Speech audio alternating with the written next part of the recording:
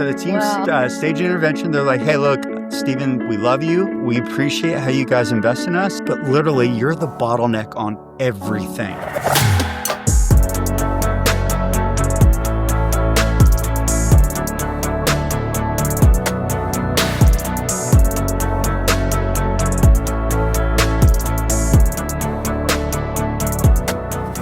Well, welcome to Insights with Marsha.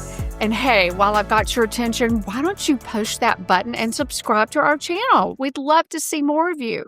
Well, today I have a close friend and serial entrepreneur who's done amazing things, including writing books like this called Superpowered.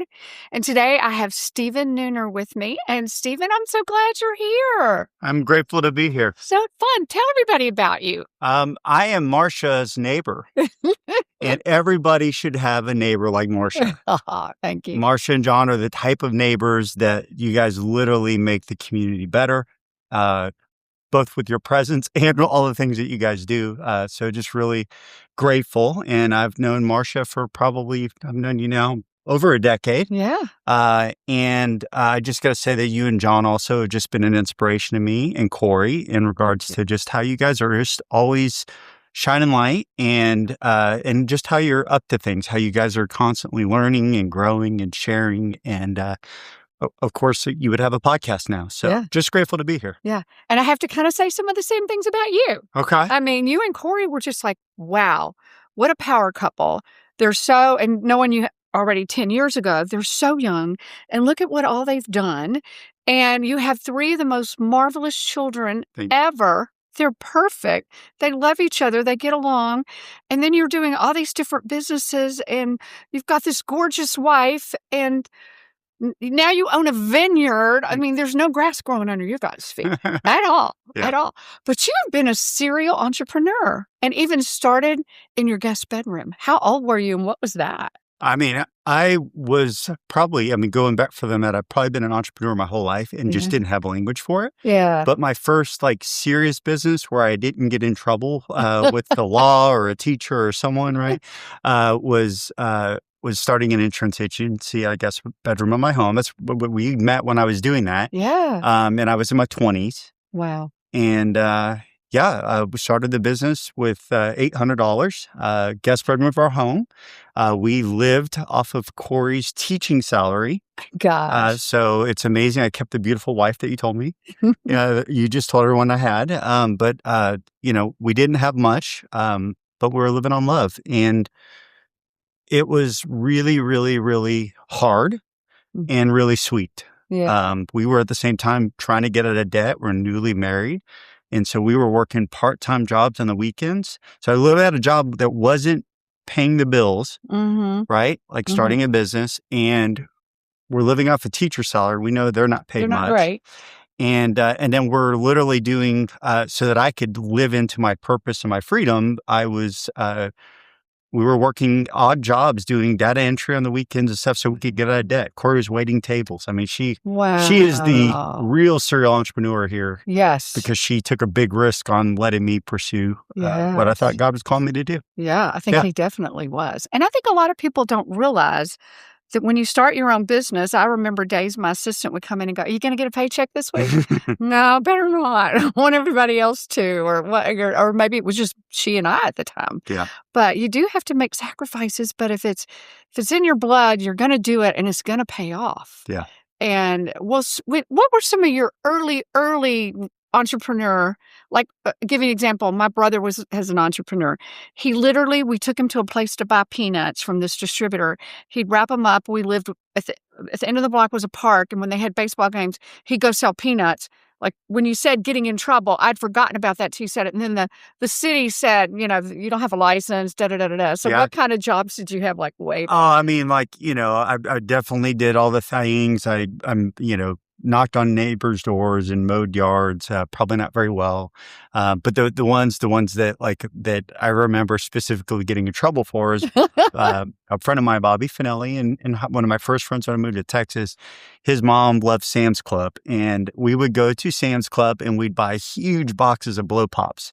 And we'd go to the school and we were selling them for $1 a piece. We probably paid 10 cents a piece. It was like a 10x return. We're selling blow pops across the school. And I just remember getting in trouble. I had a teacher named Miss Cannon, who, I was in trouble a lot. And so I just remember getting in trouble, and she taught, it was like a sort of a business type class in there, like that she had back. It was called like business communications or something like that.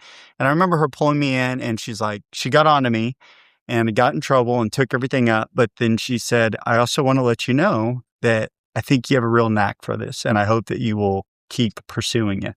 And not this, but and so that's one that's very PG friendly, and then I had some, quite honestly, some more serious ones that were weren't great, and led me down to some dark paths, So so it's really amazing now having teenagers and just seeing where they're at, how they're using their entrepreneurial giftedness versus the ways that I did when I really had no guidance and no supervision, just kind of got on the wrong path. Do you have one of your kids' stories you want to? One of your kids is how much time do you have? Yeah, there's so many, right? So Dylan, my oldest, has God and Granola, which is like a clothing line. So she just wants to create clothing and stuff that is modest, but also beautiful and cute. Yeah. And so she did that. That was actually a byproduct of a program she was doing in her school. Yeah. So that was cool. And that was sanctioned. Name again so we can plug it. God and Granola. God and Granola. God and Granola. Chase has a YouTube channel. My 12-year-old son. I love it. Backyard and Beyond Boys. He was trying to solve the problem. All of his friends wanted to stay on tech all the time. They didn't want, he'd go to their house and he'd come home. I'd be like, how was it, buddy? He's like, it was okay. And he was always bored because he likes video games, but he doesn't want to just sit around and play them. And so it's largely him going out camping in our backyard and building fires and tents and like just doing anything outdoors, cooking, like anything that's creating, he's recording it. And if you watch it, each episode gets exponentially better. We made him record the first 10 with an iPad, so its footage is pretty dicey. But we want to see if he really wanted to do it. Yeah. And it's been a cool learning experience, The only commitment we asked him to make, he's 12 years old, is that he'd do it 100 times. Because I wanted to see the difference between how much better you can get if you do anything 100 times. Has he done 100 yet? No. Yeah, But that's a lot. Exponentially better. Yeah. Yeah. Oh, that's way cool. So, yeah. It's a blessing. Yeah. So they're all, up to things and it's fun and, Yeah. Okay. So tell us some of the other businesses you've created. And number one, insurance. Like my eyes always cross when I think of an insurance agency. Like that sounds so complicated. Yeah. But to think you started it on $800. Yeah. And that says to me, anybody with enough drive and want and can do anything. Yeah. It was very purpose-filled for me. And what I mean is I didn't have real good clarity on my purpose, but I knew that I wanted to do something that would serve people where I felt like I could serve them instead of like just what my needs were. So the idea of an independent agent with all the different companies and stuff was really cool because I could find out what your needs were instead of me having to sell you something and cram it down your throat. I could customize what you needed, right? But beyond that, I really didn't have any idea. The $800 bought me a list of clients. Companies in Dallas, and I started cold calling and begging for meetings. In fact, this building here, I used to come into buildings just like this, and I would go door to door when I got tired of getting hung up on, because people will be nicer to your face. Yes. And I would literally just cold call. I begged for meetings. Thankfully, a few people said yes, and I had an incredible mentor, a guy named Wes Foster, who would come. He'd send me everything I needed to learn, so I actually knew what I was selling. And then he would come up to the meetings and act like he's a part of my team. And just to make sure I didn't lead someone the wrong way. And he was instrumental. He was an incredible mentor to me in getting started in the business. And his return on investment ended up being huge. But like at the time, he had no idea. He just literally was helping me Just being live good, into my being a nice dreams. guy. Yeah, just incredible person. So what kind of insurance did you sell? So we started individual health. It was Okay. all individual health. We did Yeah. that. We built a machine. It was going great, everything else. And we did small group. And then no fault of our own, the Affordable Care Act or Unaffordable Care Act or Obamacare, whatever you want to call it, got passed. And it was really funny because we were finally at a point where we were starting to make money. Yeah. Corey had left teaching. She was working the business. We couldn't afford someone to come in the business and also get an office at the same time. So she left teaching. They don't get paid much. So she came in. So we put all of our eggs in the basket. And we started building a team, and we got out of the house, and we're finally just starting to really okay, we can take a vacation. In fact, we were on our first vacation, and we were at the Ritz-Carlton in Puerto Rico. And I'll never forget it. This is before modern, ways of media delivery. Yeah. But we're on vacation. I'm looking at her. Oh, it's so beautiful. Isn't it so nice? We finally get a real vacation. It's so great. We're splurging. And under my door slides the newspaper, and it says Obamacare passes. And so literally overnight, immediately, we don't know what that means. Are we out of business? What's that mean to brokers? What does it mean for agents? What does it mean for our clients? We had now started a family. It was super scary. It was just like starting the business all over again. Yeah. I'm so grateful, honestly, in hindsight, to God that we were actually there, because it gave us the rest of the week while it was not a vacation. It certainly, it gave us a chance to go through the emotions, to really kind of settle. And then when we went back to our team, to come back with a vision, a plan. And we don't know what the plan is, but here's what we're committed to. And we're committed to you guys, and we're going to do whatever it takes. And that ended up being a true transformational part in the business. So it was definitely a setback. We lost a whole unit of revenue, is significant. Wow. Yeah. And our clients got worse service, where everything about it was bad, except for what it did for our team. Because our team saw that Corey and I went without while they stayed, and it made them fiercely loyal, and it really changed the culture of our business. Yeah. Wow. I don't want to get too much in depth, but I was majorly watching the Affordable Care Act at the same time. Yeah. And my business partner, I think you've met Den Bishop, Holmes Murphy. Yep. He actually wrote a book called The Book on Healthcare Reform. He understood everything about it. And so, of course, we weren't for it either. But what ended up happening was it was great for me. Yeah. Because we were a wellness company, and most companies have this small little bucket for wellness. And now everything we provided was in the general, you have to give this to your employee for free. Yes. And we could bill it as a medical claim. So for me, it was good. Yeah. Oh, gosh. And look, it was good for us too. It literally, it pushed us up market. We went up market. We started solving bigger problems. Yeah. We got much better at what we did. We pivoted another part of the business. Our team got incredibly stronger. All of that, right? Those are the things that you don't raise your hand and say, "Gosh, I really please put me through this." Yes. But you diligently and with God's grace, I can just see so many blessings from that. That was a major opportunity for growth for us. Yeah. Yeah. So my new favorite saying is, I read a book by Dale Mass. So my listeners have heard this before. It takes a Goliath to reveal a David. That's good. It reframed it for me. All the challenges I had in life that I was like, that sucked. Why did that have to happen to me?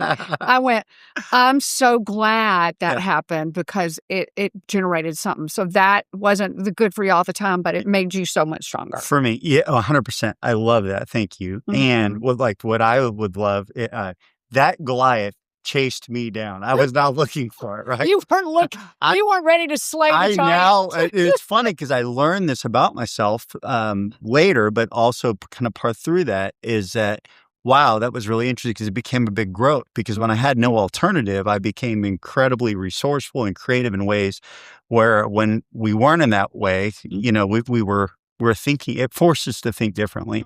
And so now I try to force myself in, where is the Goliath that I need to be facing? Because that's what David saw what was going on, and he's like, hey, put me in, right? Yeah. And he did it with confidence. He knew that he was God's man for the job. And so I want to be looking for those instead of having them chase me down into a corner where I have no choice but to fight. Right. Which is where we were in that time. Yes. Yeah. And a lot of that is what you and I've talked about before, knowing your purpose. Yeah.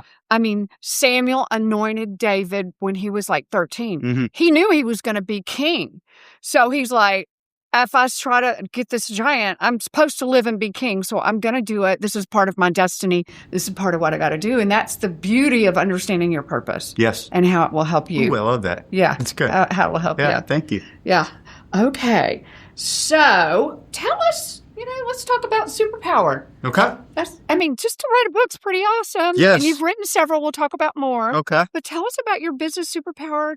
Notice I'm the third author on there as you're looking for. So two I'm sure really it's alphabetical, amazing right? people. Oh, No. Really wonderful people I got to write that book with. Yeah. But the Superpowered is a book that is a labor of love where purpose was revealed, not clear on the front end. So I shared a little bit about the business. We were growing it. That became a setback. It became really a slingshot to much bigger growth. Like David's slingshot. Like, there you go. Come on. We're just running with the theme. So with the slingshot hits and we're growing exponentially. The business is, the teamwork, everything is just really clicking. We're growing faster than I ever dreamed of. Wow.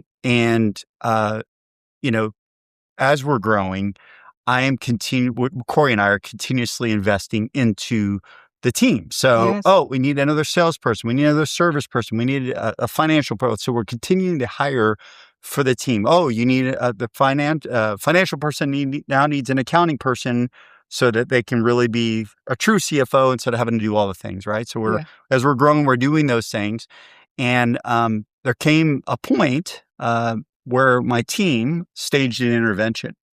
Oh, yeah. This is fascinating. And so I didn't know this. Yeah. So the team staged an intervention. They're like, hey, look, Stephen, we love you.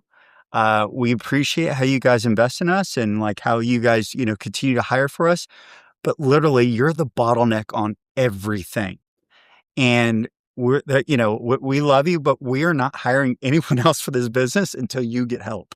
Right? No. True story. So they staged. I think y'all are always perfect. Oh my goodness! Oh my gosh! No, okay. And so they staged an audition process, and they had people audition. We had this amazing woman, my first executive assistant.From, who came into the business, and there were so many things in that, like just that one thing. I just glossed over it, but I mean, literally, I had really highly paid people doing executive assistant work to help me out. So they weren't able to fully do their, so everybody was pitching in for me, and then I still wasn't able to keep up. So I was really become the bottleneck for the growth on the business. And it was a really big breakthrough for me, and ultimately for the business. The business started really growing exponentially. I was able to, work on things that are truly in my superpower, that gift, that purpose that we all have. Mm-hmm. Some of us have more than others, but just where I'm energized, I'm really, really great.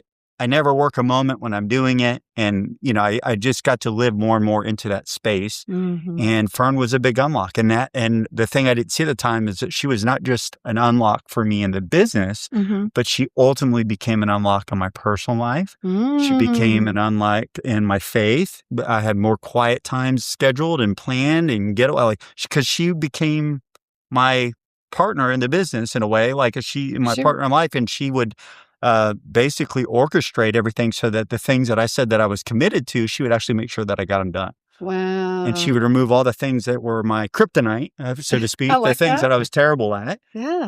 I could work really hard at it and get an okay result. Uh-huh. She was really good at getting those out of my hands. And so I could just spend more and more time in my Dan Sullivan has a concept, someone I'm coached by, mm-hmm. Called unique ability. So I was mm-hmm. more time in my unique ability or my superpower. Yeah. So she just helps. Could you say she helps administrate your life so you're free for the things that you're the best at? Yeah, 100%. And not just that, beyond that, she would chair fly anything I had going on. She would make sure that if I was meeting with someone, what is the preparation, or, what needs to be in, she's your other brain. It's my second brain. Yeah, it was just really incredible. And that, like I said, it transcended. I mean, it became a better husband, a better father, all these things. And I thought,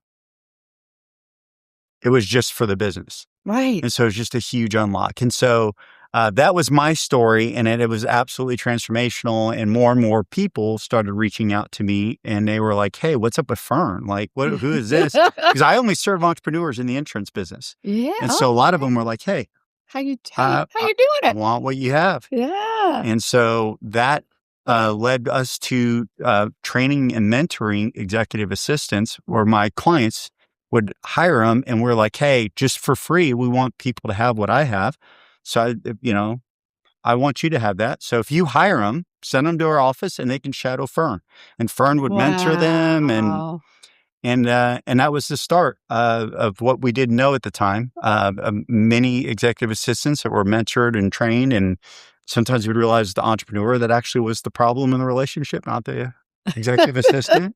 And so that kind of developed. But the first executive assistant, the first entrepreneur we helped, was the middle name there, Ryan Casson, Wow. who is one of my very good friends and now my business partner in Superpowers, which is one of our companies. Wow. And so, and his executive assistant that we train is now most people would call her COO, but she's our chief happiness officer for the I business. like that. Yeah. Yes. Yeah. I love Her it. name's Amber Noyes, and she is fantastic. Awesome. So anyway, we continued to, both did it for free. We mentored and helped a bunch of entrepreneurs. And then one day we had the idea that, hey, all these people keep asking for help here. We love helping here. People have offered us money after we've done it, and we've always said no. What if we made it a business? And here we are. Wow. Yeah. So if people, the business people that are listening are like, I want that. Tell them what they're actually going to get, how they do it. They're intrigued. Sure. Tell them what they need to know. In regards to Superpowers? Superpowered. Okay. Yeah. So, I mean. And the executive assistant. Yeah. So, at first, I would say that it's really important that you make sure that it's a right fit for you.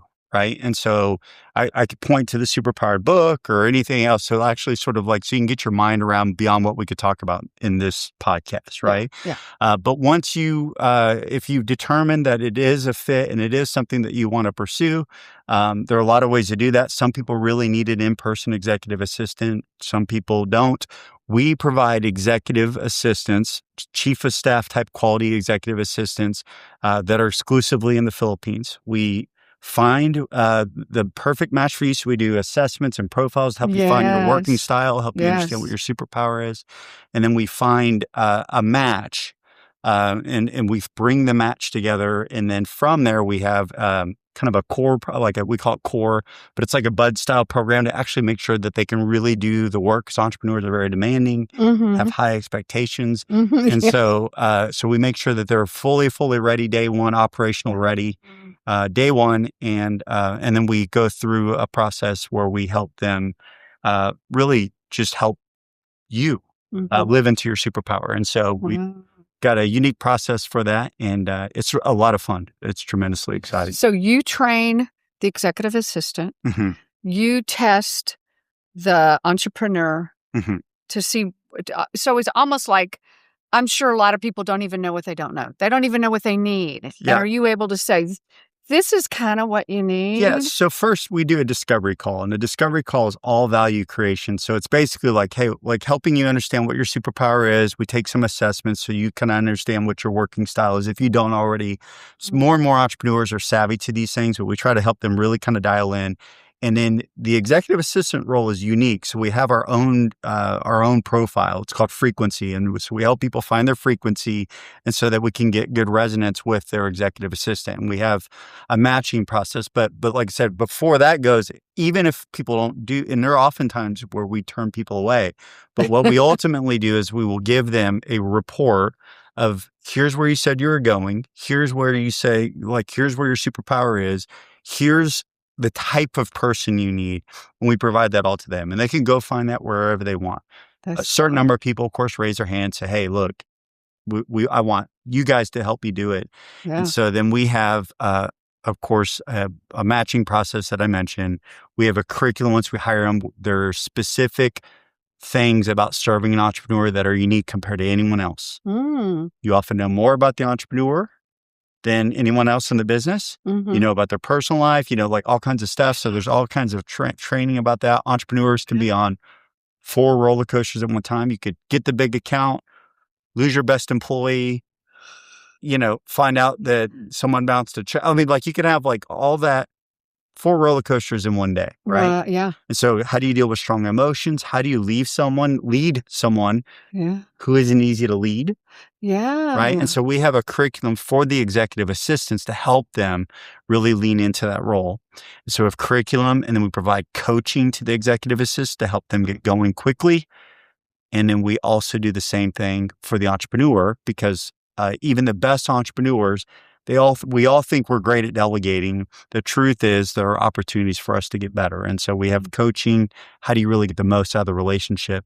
And then the last piece we have is community, which is basically we only serve entrepreneurs and we only do executive assistants. And so the combination of that, we have a community of executive assistants that are all constantly having meetups and learning from each other. Here's how I'm using AI to support my entrepreneur. Here's a really great gift we found for our best client. Right. So instead of one brain, you have this collective mind of people that are all serving the same. Networking together. Yeah.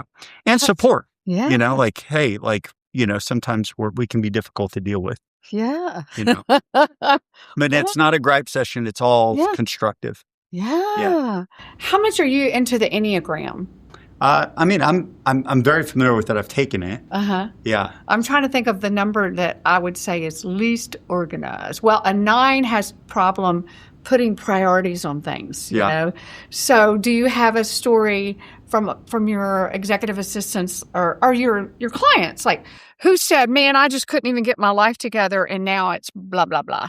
I mean, people love stories. Yeah, I love stories. Yeah. I mean, like what I would say is we have seen that story play out over and over and over and over again, right? And it's if you go like to our website, you can see clients in their own words. Oh, that's good. Sharing the story and the impact, right? But we have one client on there that shared, and he owns a company where they help manage a bunch of dental practices and help different dentists build and improve their businesses. But then they also have sometimes will help them exit a whole thing in the dental industry.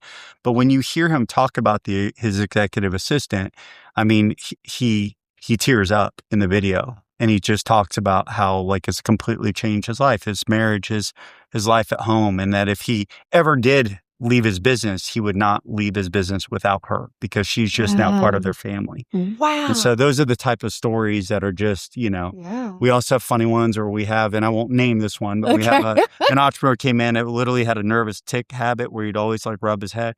And he literally, he created a bald spot. And we, now whenever we're on video with him, we see him like the hair's grown back. So, it's really like that's a fun one. I love it. They're all over the place, right? So, yeah. So do some people start out part-time and then they need them full-time, or they usually need it full-time? Funny story. I mean, inside baseball, we used to do excuse me, part-time and full-time. Tell you how I feel about part-time. Part-time and full-time, but what we discovered, honestly, is that we had more mismatches and we had more client churn with part-time. And when we really dug into that, trying to discern what that was, it's one of our promises of Superpowered, you read in the book, is that your executive assistant, a really great executive assistant, they don't just know you, right? They don't just understand why you make the decisions you make. They actually can anticipate and think ahead of what are you going to need. And they try to like bulldoze the path for you, right? To be in your superpower. Well, if someone's working part-time, it's really hard for them to get to the anticipatory stage. Yes. I can know you, I can understand you, but it's hard to have the time to think ahead to like, what am I going to need? What is Marsha going to need to support that person, right? Yeah. So, we discovered that, and that was a big part. And the other thing is, oftentimes when they go part-time, the executive assistant needs a full-time job, so they would also go with another entrepreneur. And so then you'd end up in a situation where they're trying to anticipate 2 people. Yeah. And then it's like, oh, well, and then for the entrepreneur, it's like, well, I only have her in the afternoon, so I'm going to go ahead and do this myself instead of delegating it because I need it done. So they don't only get the freedom, the promise of freedom growth that we want to deliver, right?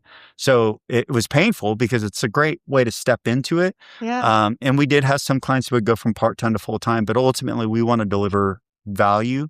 And the real value is you've got to be committed. That's why I said earlier, not everyone's a fit. Yeah.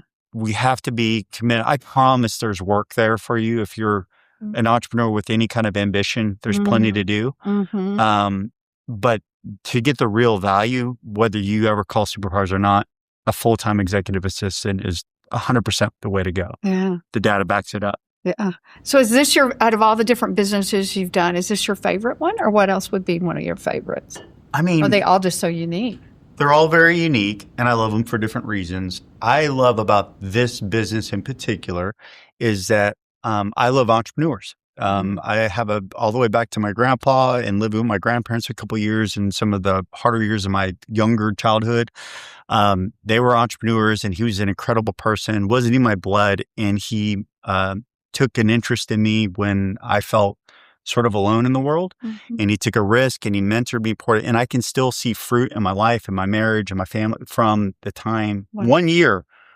1 year with this man, I still see things today that are blessings from that time. That's how much of a difference he made in a 12-year-old's life, right? Same age as my son. Yeah. And so for me, I served entrepreneurs in the insurance business. I've always loved supporting entrepreneurs. And of course, I coach for Strategic Coach, which is an entrepreneurial coaching program that changed my life. And so I love being a part of helping entrepreneurs reach new levels of freedom and new levels of growth.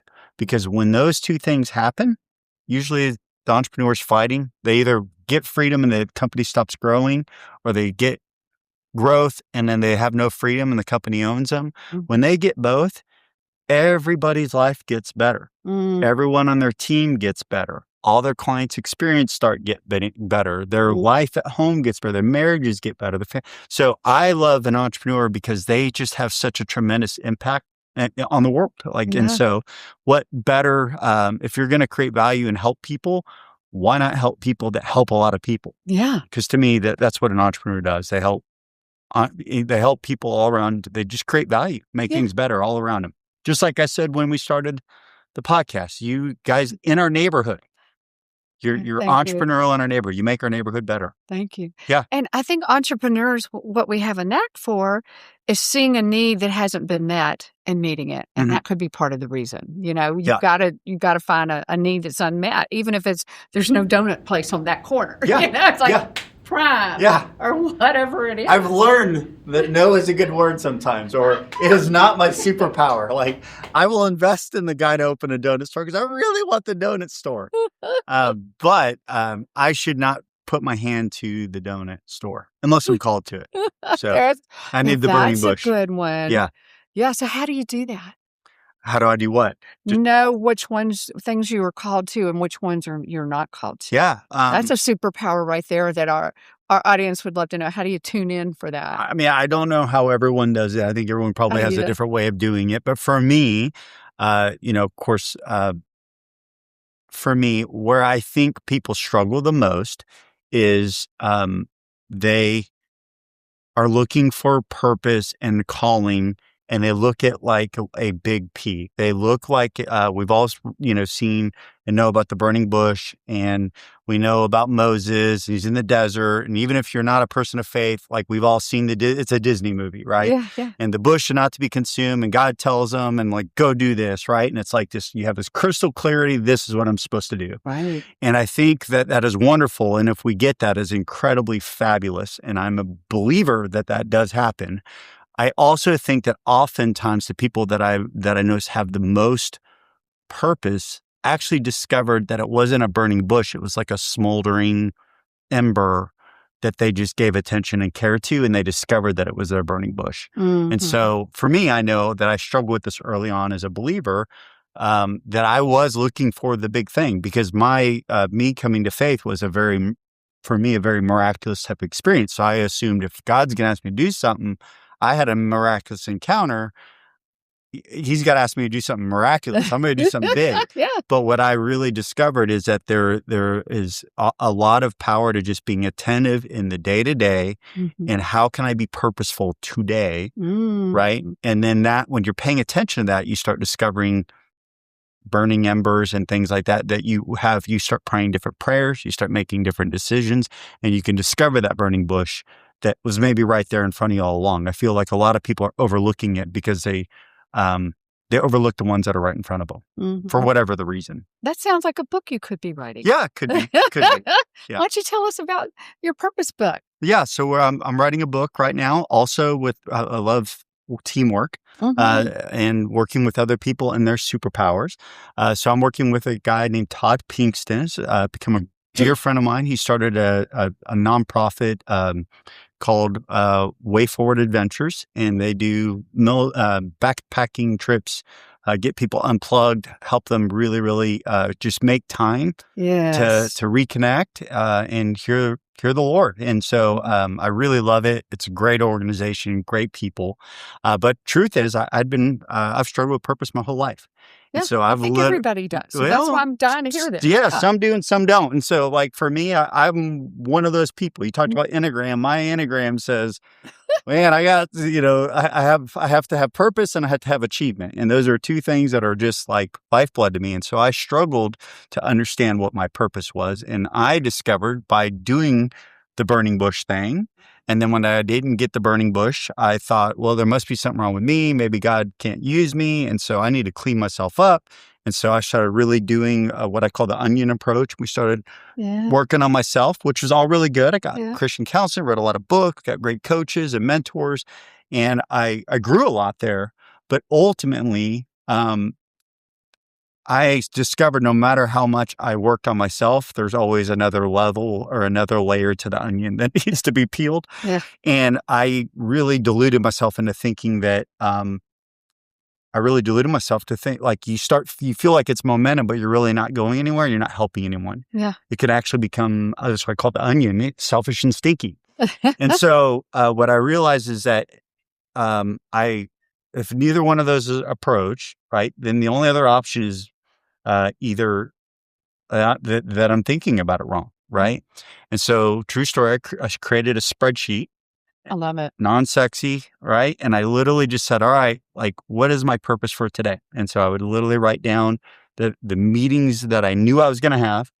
And I would say, okay, what's the biggest difference I can make that I know of in this person's life? I don't know, but like my best guess. And if that were true, what's the worst me that would show up there? I know myself. I've done some of this onion work. I know where certain people trigger me, certain people throw me into a certain kind of bad mindset. I can become insecure or selfish and get in my own head. What do I need to set aside to show up as my best self, right? And then what is my best self? Yeah. Like if I'm really trying to serve this person and create this unlock, what's the best me that can show up? And then now that I'm clear on that and what my purpose is for this moment with you, what's the first action I need to take? Okay, well, maybe I need to prepare. Maybe I wanted to bring a book, so I need to bring a book. Whatever it is, I can start preparing for it. Yeah. And then I show up. And then I see what God has, maybe sometimes that preparation is prayer, like in that I can get my heart right, my mind right, so that I can be present in the conversation. So, so that really was a journey and a struggle that I was on. And I was just trying to find a way to just like get out of those traps, because they were really traps. Like it ultimately became pitfalls. I felt really stuck when I was like really, really just waiting for this big revelation of what my purpose was. Like I was going to be on a billboard and I was going to have this clarity. It's going to be like a movie. And ultimately, when it doesn't come long enough, like I became discouraged, right? And then I said, oh, well, it must be something with me. So I'm going to work on myself. Well, then once you get to the bottom, you're like, oh my gosh, I keep discovering more stuff that's wrong with me. There's more to work on. Yeah. It's like, okay, but neither of those is helping anyone. So like, how do I just for today, like just live I love that. my purpose for today. The day. And so I started that way. A day at a time. And I used the spreadsheet forever. And much like the book, like people started asking about what it was, what I did. I started sharing it and started sharing with entrepreneurs, because oftentimes entrepreneurs have a tremendous amount of success And then it gets confusing because it's like, okay, wait a minute. I have everything I ever thought I wanted and I'm not happy. Oh, wait, like my purpose was maybe making money with the business. Maybe I wasn't filled with passion for the business. Yeah. Right. Yeah. And I'm judging anyone that has that, but Right. it can leave you empty if you don't find some other way to fill that bucket. And so I started getting asked questions. I shared it more. I got asked to talk at a couple entrepreneur conferences about it. Nice. And then so I just felt compelled that I was supposed to write a book. So I started writing a book. And then I went on the trip with Wakeup that I was introduced by another friend. And I realized that it was meant to be. And so I reached out to Todd, the founder of the organization. I said, look, I want your help. You do this. This is the Purpose Misogi. I've never done anything more purposeful than your trip. I want more people to know about your organization. So will you write it with me? And he barely knew me other than a mutual friend. And so he said yes. Prayed about it. And he said yes. And so we've been co-authoring a book together, which has now also turned into a podcast. And the book's called Unstuck and Alive. I love it. So a lot of really great trail type experiences that are shared and metaphors and people that have breakthroughs on top of the mountain. And sort of my part of the book, and Todd does this too, but really my goal is to help people bring what they experience with Wakeup on the mountaintop.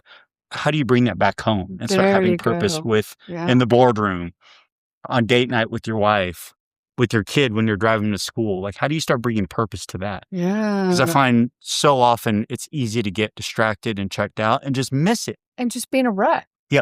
And you're leaving. A lot of entrepreneurs in particular sometimes worry about legacy. You're leaving one, right? But you have no control over it. We just leave what we live, right? And so like ultimately, I mean, I could have all the best intention, but you're going to assess it based on how I showed up. Yeah. Right. And how we showed up. And so those are the people that change lives, are the people that show up. And so often we're showing up, but we're not present. Yes. So anyway, our hope, our heart for the book is that really help people have handles and even the tool, it's now designed, it looks pretty. It's not an Excel spreadsheet anymore, but just a way for people to have handles to basically find purpose in their daily. And if they're so lucky, maybe they'll discover that ember is a burning bush after all. Yes. Yes. Oh, I love all that because my whole life has been like, what's your purpose? What are you passionate about? Yeah. And it's kind of funny. Somebody said something to me over 20 years ago that I'll remember little phrases or conversation from a long time ago. And then all of a sudden it's the eureka moment where I'm going, I get it. One of them had to do with what I'm doing right now with like a podcast, but we didn't know it was a podcast. Say more. Yeah, come on. Yeah. That's pretty much it. Back then, it's all about weight loss. He's like, I think it'd be cool just to have a show where you just have people that have been successful and interview them about their weight problem. And there's so many people that have a weight problem, they'll enjoy learning what that person said. And I was like, that's an idea. But now with GPL1s and all that, I'm just like waiting to see if that's the thing. But it's like, okay, a show. I love to talk. Yeah. Yeah. But it's always, what are you passionate about? And I think, it's, I heard a Bible teaching yesterday on YouTube, surfing YouTube. And he said, everybody in our book of life that God has written a script or a proclamation. This is what your purpose is. This is how you're supposed to fulfill it. And then he cites a verse where it talks about a baby and that baby's angels in heaven. So he's like, so everybody has at least two angels. This is actually Tim Sheets, a great one at his Oasis Church. He said they've got two angels. And think about when the angel appeared to Mary. Mary, you're going to bring forth the Savior. The angel is privy to what God's, proclamations for her life. Yeah. That's our destiny. And to fully live out our destiny, we're learning our purpose in each little phase of life to fill out what God has intended for us because He's written a script for everybody. Here's what I'd love for you to do. I'd love for you to be an entrepreneur that helps entrepreneurs. I'd love for you to help them find their purpose on a daily basis and all that, and how everything in life is flowing to help you get there. Yeah. And he said, how did her angel know that? And gave other times when angels have been there. Yeah. And I thought, that's cool. That's very comforting, because sometimes you feel like you're all alone in the pursuit, but to know God's already got it planned out. Yeah. And he's going to do it. And what are those little bits and pieces so that you eventually see the burning bush? It's like a tapestry. Yes. What the front side looks like this, the story, but the story behind, I mean, Yes. we could have 5 1-hour just to go deeper on any of the subjects we talked about. But there's this incredible tapestry behind the scenes. It just looks like a mess. Super messy. Yeah. Yeah. But it all it's really beautiful. Comes out. And so, me on this next chapter, every phase of life, season of life, it was Miss Naturally Slim owning my wellness company. Mm-hmm. And then it's now running a podcast, and I'm thinking of doing some stuff with technology. It's like, I still don't know what I'm supposed to do for sure, but I just get up every morning and take another step. Yeah. And wait as it revealed. But I really love the purpose. And this is going to sound so stupid. John and I are empty nesters. Mm-hmm. Every day he comes home around 6:00. I'm not into cooking or cooking for two. And it's like, what restaurant do we want to go to? Mm. But now I'll think about it with more purpose. What's our purpose for this meal? What are we going to talk about? What are we going to share about? What are we going to enjoy? It's just kind of like, and we sit there. Yeah. But think about, give each time a different purpose. That sounds fun. And one thread that I heard in just what you said, and just sort of seen you, like, even in our neighborhood, it's like the one thread that I see is whether it's weight loss or what you guys have been doing with some of the projects you've done around. And even into this podcast, there's definitely got to be something tied to learning and growth and transformation for you. I mean, I just if I could be so bold, I you see can. It. Yes. So yes, I've done some little work around it. And it's like, I love to teach and inspire, and I love new things, cutting edge. It just overflows from you. Oh, well, it's very validating. Yeah. Thank you. Mm-hmm. Yeah. Because actually my former chief technology officer, all this new chatbot stuff, and he's, I visited with him, and he said, what used to take us 3 months with a team of developers, he goes, I just did it in 2 days. Yeah. And a company we had used for over a decade to help with all of our building a lot of our stuff, so we didn't have to have it all in-house. He's like, I love them. I'm like, I love them too. He's like, I don't need them anymore. Yeah. And this is so still new. They want me to teach them, and they're a company that does that kind of thing. So I'm just salivating at this new technology and what we could create that can further help people. It's incredible. It's incredible. We're doing things. I mean, the assessment that we get, we used to use everyone else's assessments. So you talked about, and they're great. They're wonderful. Yes. Enneagram, Print. Yeah. Colby, there's so many really great ones. Working Genius. I mean, there's so many predictive. I mean, I just go down the road because in the entrepreneurial world, we love things that kind of give us and we love learning about ourselves, don't we? Yes. Yeah.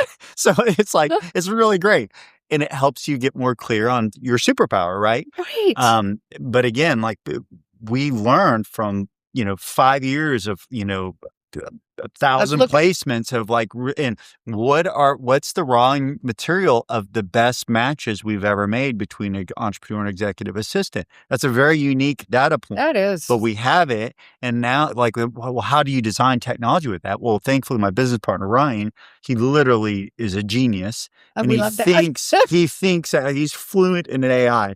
And so what he's really been able to do for us is really help us create just really incredible technology that's unlocking people and unlocking our team to be able to do it faster, easier, cheaper, and better than ever for our clients. Yeah.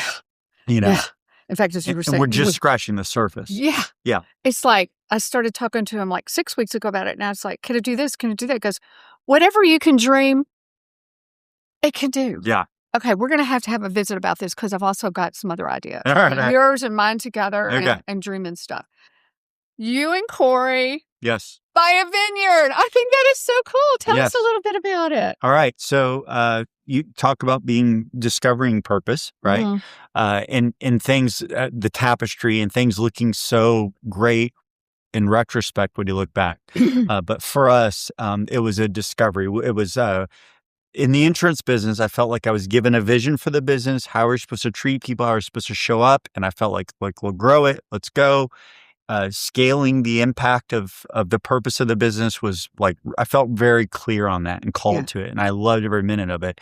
when we ultimately felt like like the calling was no longer there and we're supposed to leave, we had in our minds thought that meant, okay, well now we're gonna like have all this extra time and we're going Be to retired like. yeah, and we're going to invest in passive investments, and we're going to, have travel and freedom, and we'll serve more and other things like that, give more, Yeah. right?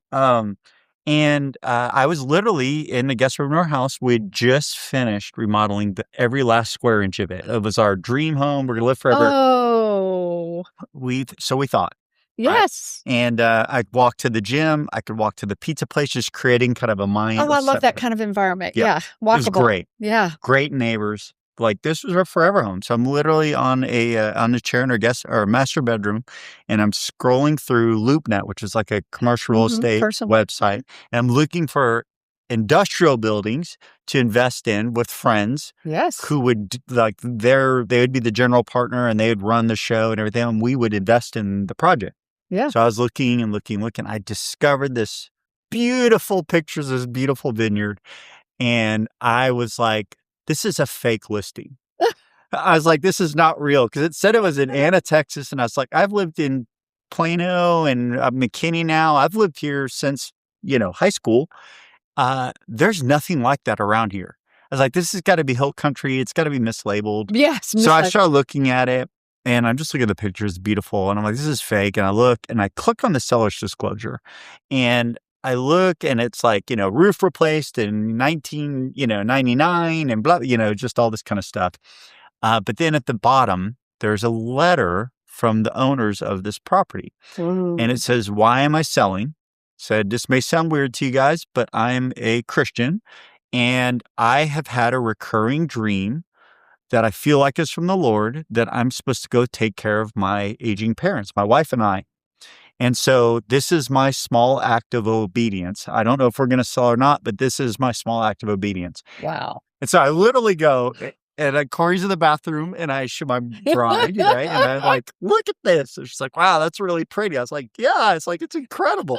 And I was like, but don't look at the pictures. Read this.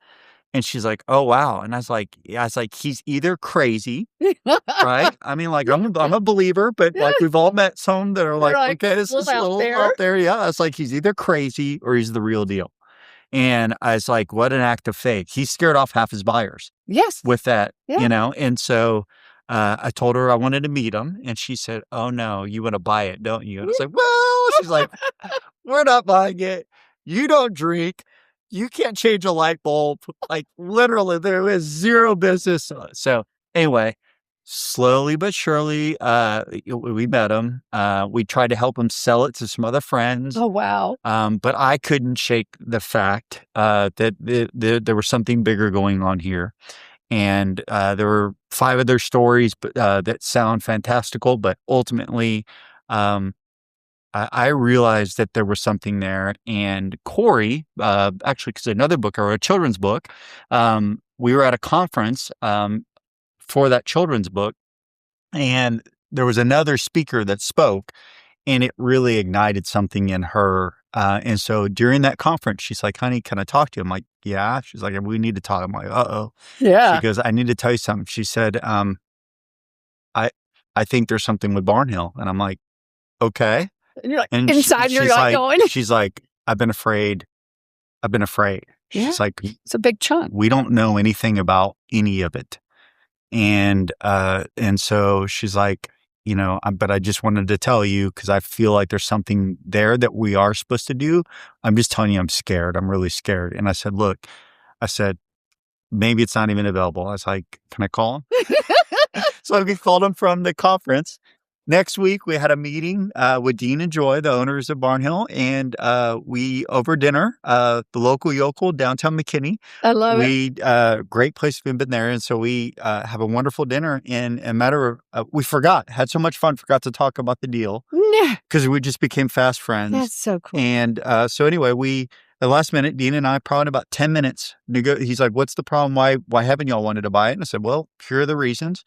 Here's what's going on. And then there was also a financial part. We wanted to do it with no debt. Yeah. And we had a bunch of money still tied up in another investment. And I said, It's tied up. Yep. And so I can give you some house, I can give you cash, but I can't pay for all of it. I don't want any debt. In literally in 10 minutes, we negotiated a handshake deal. And he shouldn't have done it. He had this was in the post-COVID craze. Yeah. So a testament to his faith that he's not crazy, right? Yes. Or maybe he is, because literally but thank God he is. He had multiple offers of people wanting remember, people were just throwing money at property at that time. Yes. But he said no. He's like, I think it's supposed to be you guys. And so we negotiated a deal. We sold our house. I gave him, we bought the house, and then we had an option to buy the commercial part of the property where we do live music and concerts and where all the wine is. And we had a 2-year mentorship where he kind of really walked us into the business. How wonderful. We're like lifetime friends now. He still comes and plays once or twice a year in a band that we have out. Oh, I love it. And I mean, just awesome. And it was just so cool. You can't write this stuff. I mean, literally, we sent the deal structure to both of our attorneys, and I told my attorney to look out for Dean, and Dean told his attorney to look out for the Neuners, right? Dean and Joy. Yeah. And so literally they were working, we did the deal. Those deals never go well. I've bought many companies, right? In the insurance business, we bought some of our competitors and stuff. They often don't go well.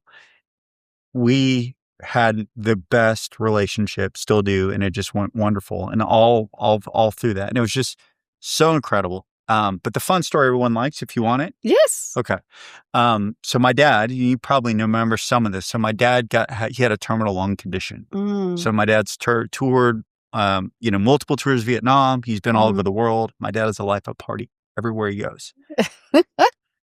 And then he got a terminal lung condition, and it was called pulmonary fibrosis. And so hardening of the lung, he was unable, slowly, he was unable to really breathe. And so he had oxygen, scuba tanks that we'd go everywhere he'd go with. And in his house, he had 200 feet of cord and this machine he was hooked up to. Yeah. And he was literally watching this life of the party, strongest man, most resilient people I know in my life, slowly dying and just becoming a shell of who he was. He's just lost all of his capability. And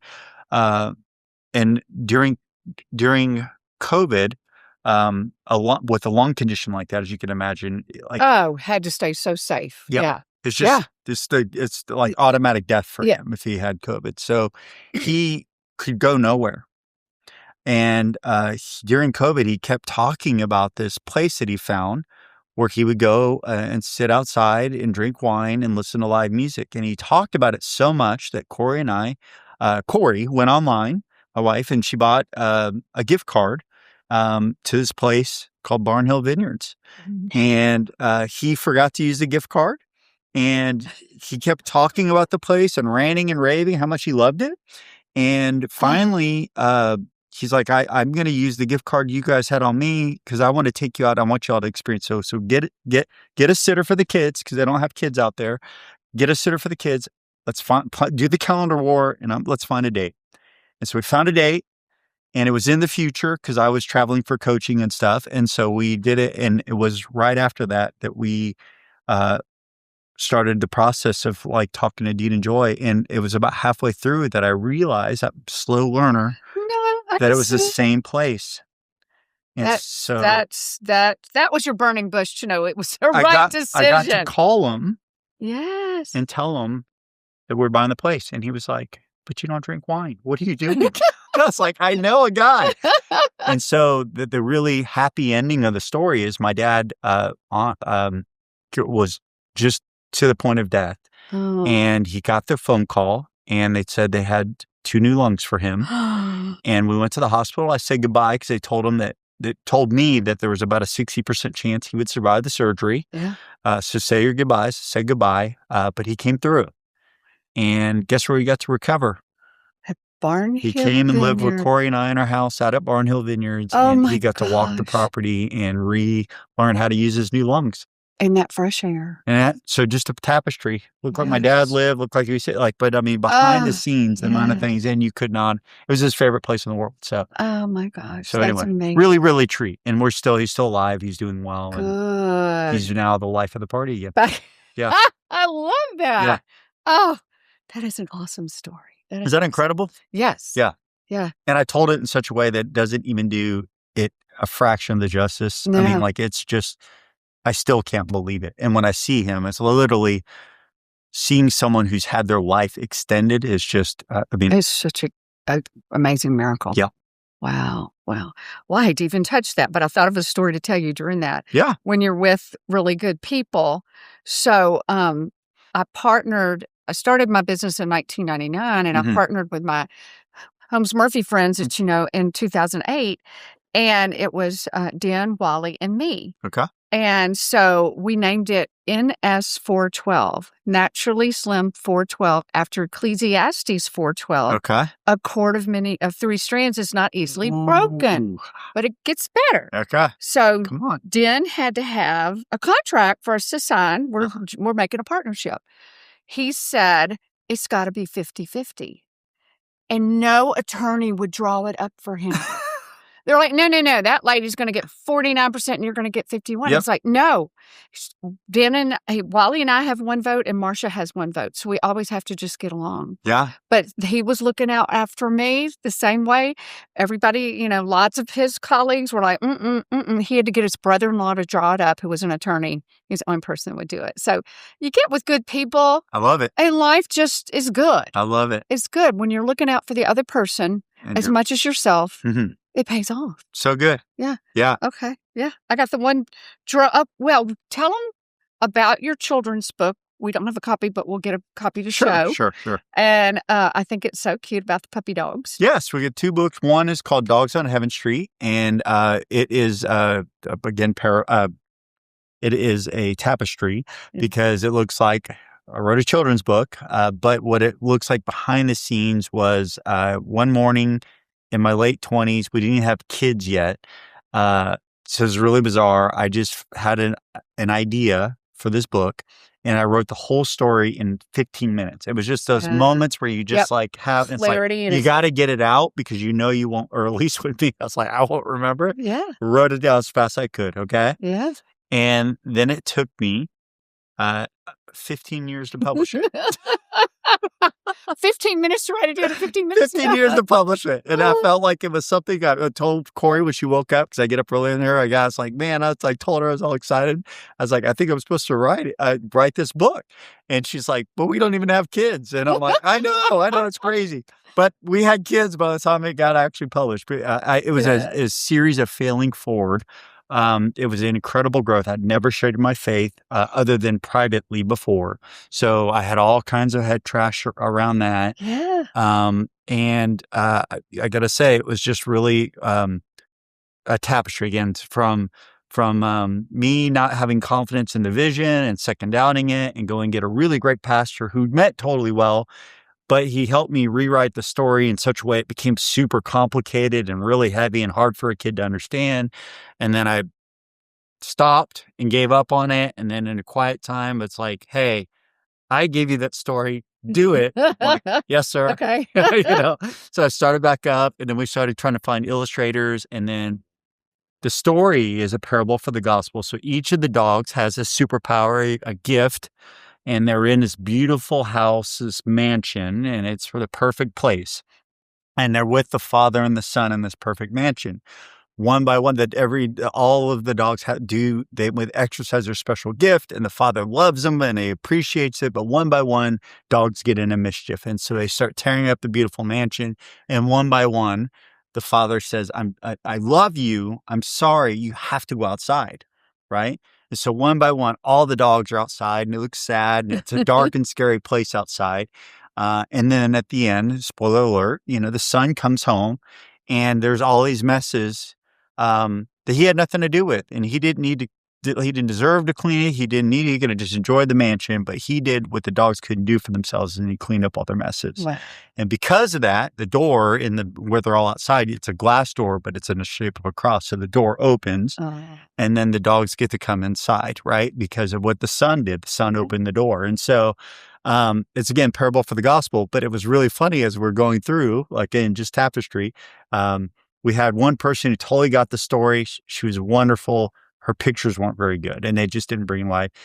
And so that was really hard. We paid her. It's like, I wanted it to be you. Yeah. And then we had another person whose dog drawings were amazingly beautiful, and she was wonderful. And we told her what the stories. We shared it. Oh, yeah, I'm on board. We paid her.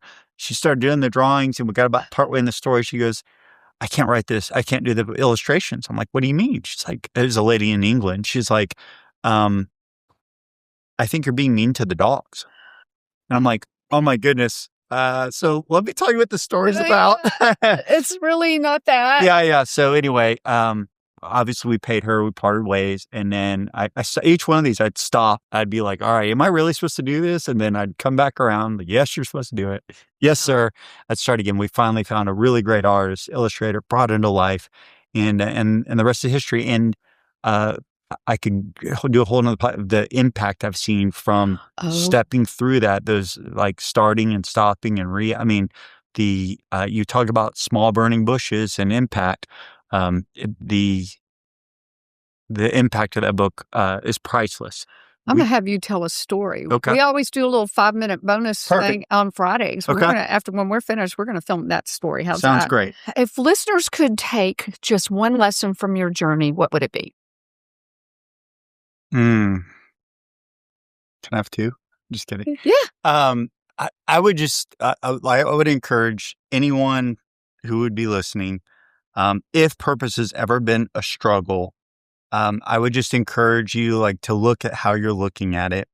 And if you could, instead of like focusing on, we're all told Maslow's pyramid and we got to get the time, money, relate all these things in order, then we can have purpose. If you could just say like, what would need to be true for me to have purpose today with Marsha, with my spouse at home, but like just start looking at it from a daily habit of living. I think you'll find so much buried treasure in your backyard that it would just absolutely blow your mind. And I think if you're a person of faith, you'll pray different prayers. You'll have little things revealed, and there'll be little micro decisions. Barnhill moving there sounds like a crazy story. Yeah. Why would they sold it? They don't have to work. Like what are they doing? Yeah. Why would anyone do that? Right. Okay. Because it's been hard work. Yeah. It's not been easy, right? Yeah. It's been wonderful. But when you make a bunch of small trust falls of faith and you see in your daily habit, like I was going to show up this way, but I prayed about it and I'm going to be different. I'm choosing a different path. And you do that over and over again. And you see the goodness that comes from that and living into your best self that way.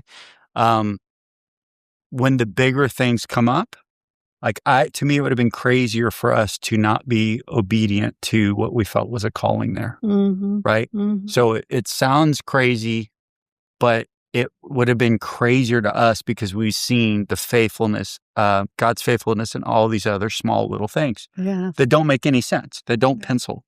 I thought it would never work out, but I did the thing anyway, and it worked out. Yeah. Yeah. Well, I want to thank you, Steve Neuner, for being here today. Thank you for having me. Yeah, it was awesome. So if you guys will look in the show notes, you can find out about Stephen's books, companies, and website. And we'll see you next time.